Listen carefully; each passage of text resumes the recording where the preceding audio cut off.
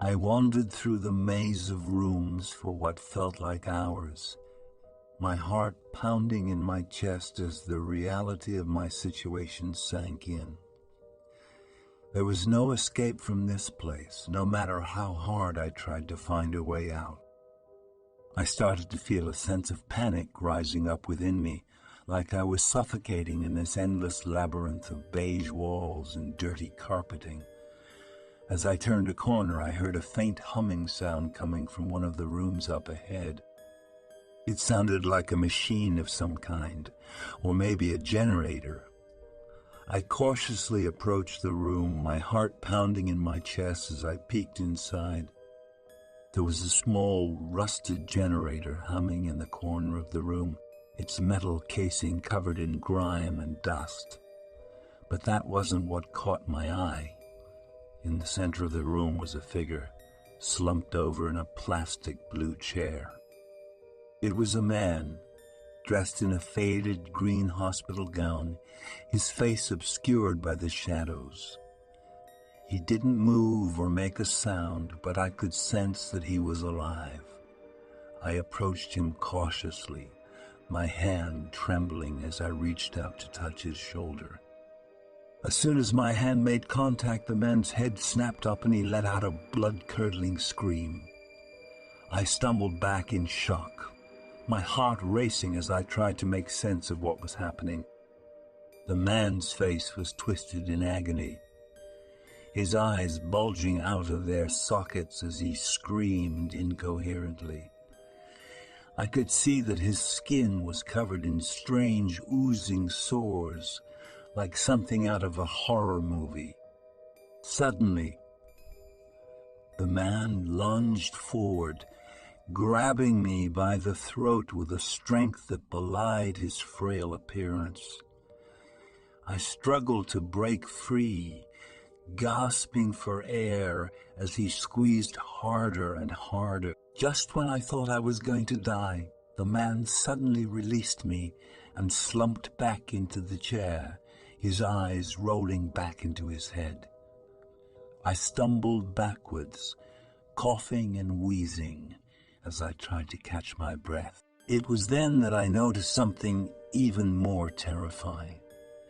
The wallpaper on the walls was beginning to peel away, revealing what lay beneath. It was an endless void, an abyss of darkness that seemed to go on forever. I realized then that I was in the Backrooms, a place that exists outside of time and space, a place where the rules of reality don't apply. I was trapped here with no way out and no hope of escape.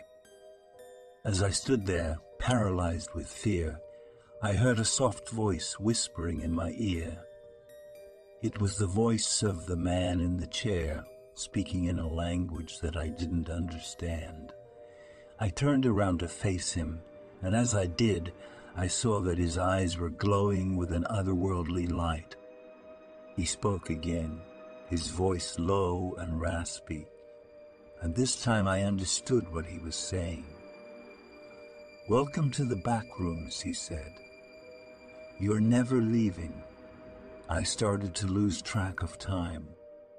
I didn't have my phone or any other way to tell time, and there were no windows to see whether it was day or night.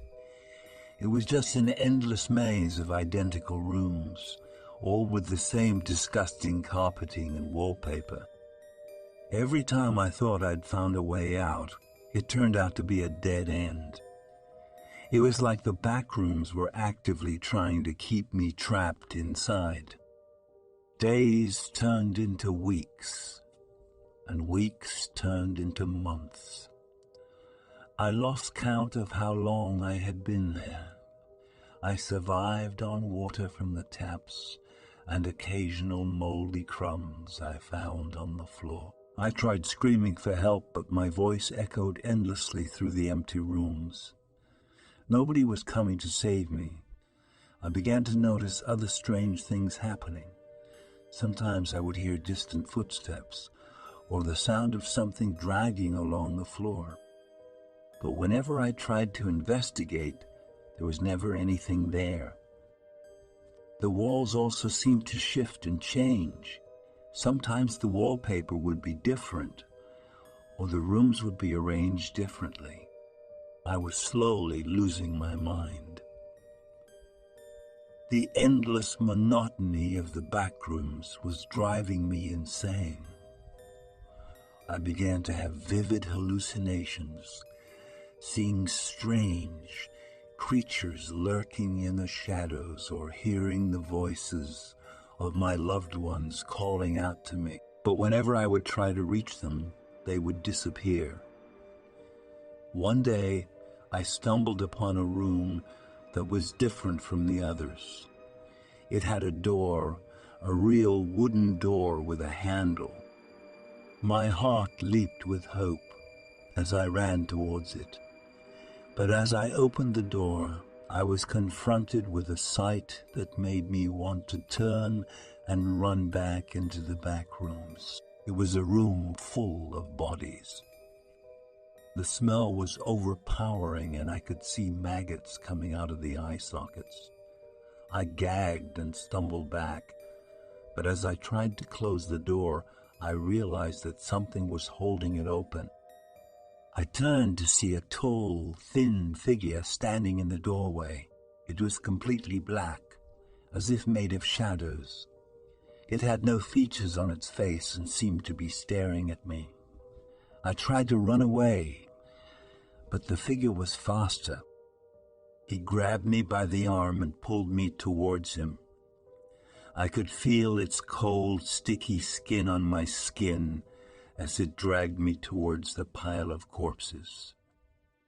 I screamed and struggled, but it was no use. I was going to be another victim in this endless maze of horror.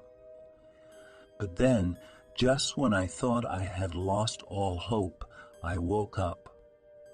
I was back in the waiting room of the Johnson County Community Health Clinic, and the woman at the front desk was looking at me with concern. "Are you okay, ma'am?" she asked. I looked around in surprise. Everything was back to normal. The familiar hum of fluorescent lights, the white-tiled floor, the muted beige paint on the walls. It was as if nothing had happened. I don't know," I stammered. "I had this weird dream." The woman smiled sympathetically. "Well, you're all checked in for your appointment now. Why don't you take a seat and wait for Dr. Peebin?" I sat down in one of the blue-cushioned chairs, still trying to make sense of what had just happened. Was it all just a dream? Or had I really been trapped in the back rooms for months on end? As I sat there waiting for my appointment, I couldn't shake the feeling that something was still off. That there was something lurking in the shadows, waiting to drag me back into the endless maze of horror that was the back rooms. I kept wandering aimlessly for what felt like hours, passing through identical rooms with the same gross wallpaper and no signs of any way out. My mind was racing with fear and confusion as I tried to make sense of what was happening to me. Was I trapped in some kind of bizarre alternate dimension? Was I losing my mind? As I moved through the rooms, I started to notice subtle differences in their appearance. The wallpaper was slightly different shades of tan in some of the rooms, had different shades of tan in some of the rooms, had different stains on the carpet. It was almost as if the space was changing and evolving around me. I also started to notice strange noises, distant whispers and shuffling sounds that echoed through the empty rooms. Sometimes I would catch glimpses of shadowy figures moving just out of sight, but whenever I tried to approach them, they would disappear. I felt like I was being watched. I felt like I was being watched. As time passed, my fear turned to desperation. I was thirsty and hungry, and the constant feeling of being lost and alone was becoming unbearable. I tried to sleep on the carpeted floor, but it was damp and uncomfortable, and I was plagued by strange nightmares that seemed to blend together with my waking reality. Days turned into weeks, and weeks turned into months.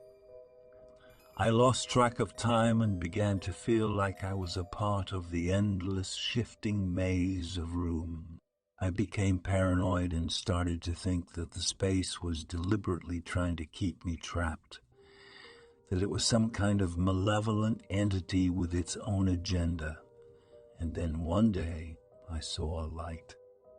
It was a faint glimmer of daylight coming through a crack in the wall, and it filled me with a renewed sense of hope. I rushed towards it, feeling a surge of adrenaline, and managed to squeeze through the gap. On the other side was a small closet with a door that led out into the main hallway of the health clinic.